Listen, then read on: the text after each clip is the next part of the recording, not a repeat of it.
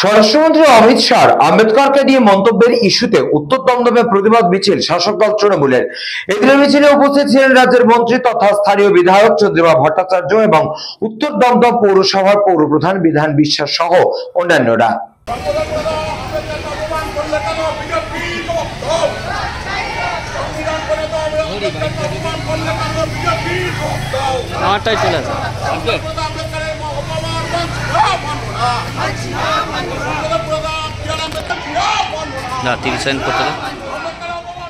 সংসদে স্বরাষ্ট্রমন্ত্রী অমিত শাহ আম্বেদকরকে নিয়ে তার মন্তব্য, এই ইস্যুতে উত্তর দমদমে প্রতিবাদ মিছিল শাসক দল তৃণমূলের।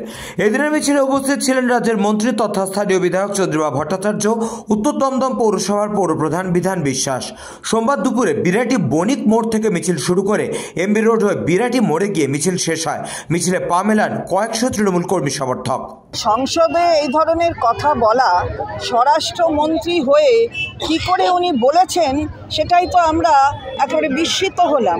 যে সংবিধানের শপথ নিয়ে তিনি স্বরাষ্ট্রমন্ত্রী হয়েছেন, প্রথমে হয়েছেন মেম্বার, একটি সংসদের মেম্বার হয়েছেন, তারপরে স্বরাষ্ট্রমন্ত্রী হয়েছেন, তাহলে সেই সংবিধানকে এইভাবে অপমান করার তাকে এই ক্ষমতা দিল কে?